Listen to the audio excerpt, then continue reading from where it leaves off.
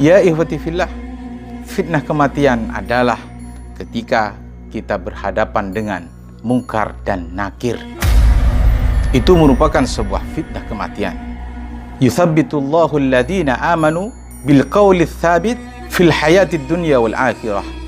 Allah akan menetapkan untuk orang-orang yang beriman berkata yang benar, baik di dunia maupun juga di akhirat nanti. Dan di antara fitnah tersebut nanti di akhirat ketika sudah berhadapan dengan mungkar dan nakir. Orang yang beriman akan benar jawabannya dengan berdasarkan keimanan kepada Allah Subhanahu wa taala. Ada yang mengatakan fitnah kematian itu adalah pada saat kita naza. Sebab seseorang saat dalam keadaan bernaza, itu pun bagian daripada fitnah kematian. Karena pada saat naza, keadaannya waktu itu sangat genting. Dan apa yang diucapkan di penghujung kalimatnya akan menjadi penentu nasibnya kelak di akhirat. Walihada, di dalam hadis baginda Rasul Muhammad sallallahu alaihi wasallam, beliau bersabda, "Man kana akhiru kalami minad dunya la ilaha illallah dakhalal jannah." Barang siapa yang mengucapkan kalimat terakhir la ilaha illallah, maka pasti ianya akan masuk surga. Faham toh? Dahulu ada seorang arifin yang menceritakan tentang kematian daripada Al-Imam Ahmad bin Hanbal. Al-Imam Ahmad bin Hanbal ketika berada dalam keadaan sakaratul maut, maka anak muridnya dan ahli keluarganya berada di sekelilingnya. Sehingga anak muridnya ini mentalkinkan la ilaha illallah kepada Al-Imam Ahmad bin Hanbal kala itu. Sebagaimana yang disabdakan oleh baginda Rasul Muhammad sallallahu alaihi wasallam, "Lakinu mautakum la ilaha illallah." Talkinkan kepada mayit-mayit kamu la ilaha illallah. Maksudnya ketika ada ahli keluarga kita yang berada dalam keadaan sakaratul maut atau naza, maka kita dianjurkan untuk mentalkinkan la ilaha illallah kepadanya. Dan satu hal ya ikhwan, ketika kita mentalkinkan la ilaha illallah kepada ahli keluarga kita, ianya jangan dipaksa untuk melahjahkan kalimat yang jelas akan la ilaha illallah. Terkadang nih, ketika kita berada di samping orang yang sakit, orang yang sudah sakaratul maut, tak jarang mereka memaksa yang sakit ini untuk mengkalimatkan la ilaha illallah itu dengan jelas. Itu tidak usah dipaksa.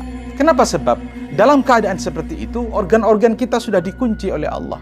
Asalkan ia sudah terdengar la ilaha illallah, itu sudah cukup. Faham tom? Karena tidak jarang, ayo pak, nyebut pak, nyebut. Ayo mi, nyebut mi, ayo nak, nyebut nak. Tidak usah. Tidak perlu seperti itu. Tidak harus menggerakkan bibir kita. Ini salah satu keunikan. Cukup dengan lidah saja kita dapat melantunkan itu semua dengan baik. Contoh, la ilaha illallah. Tanpa bergerak pun sudah bisa kita. Faham tom? Kemudian, ketika ada orang yang nazak juga, ketika matanya tertarik ke atas, maaf saya bukakan dulu kacamata. Ketika mata ini mengarah ke atas, kita gak usah kaget, kita tidak usah berprasangka buruk kepada orang yang sudah nazak.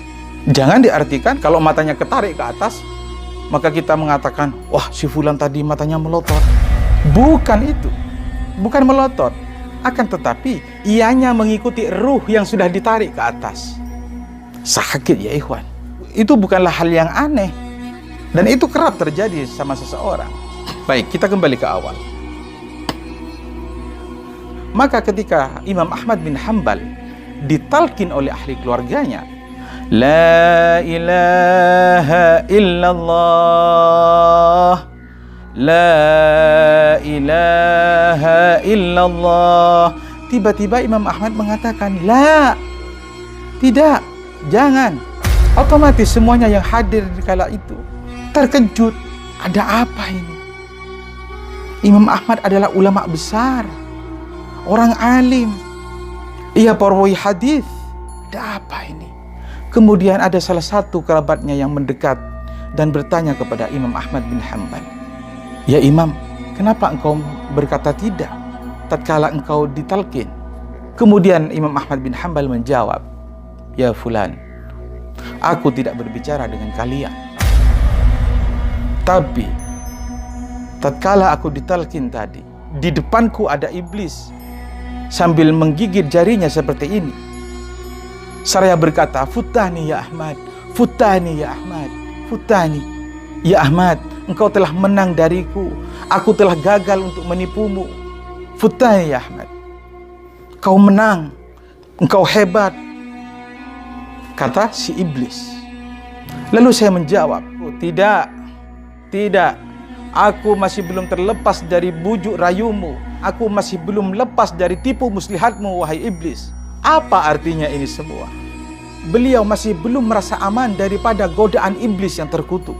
Kenapa? Sebab pada saat iblis mengatakan futani ya Ahmad, agar supaya Imam Ahmad bin Hanbal memiliki rasa bangga diri akan ilmu yang selama ini diamalkan, berbangga diri akan kealimannya, merasa sudah menjadi ahli jannah. Faham tak? Sehingga Imam Ahmad bin Hanbal akan mati dalam keadaan riya kepada Allah Subhanahu wa taala. Faham tak? Hati-hati dengan iblis ya ikhwan.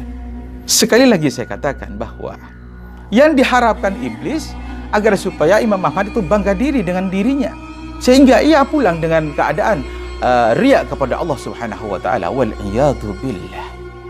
Oleh sebab itu ya ikhwan, berhati-hati dengan tipu muslihatnya iblis. Dan semoga kita semua oleh Allah dimatikan dalam keadaan husnul khatimah. Dan di penghujung kalimat kita adalah la ilaha illallah. Baik, semoga ini bermanfaat.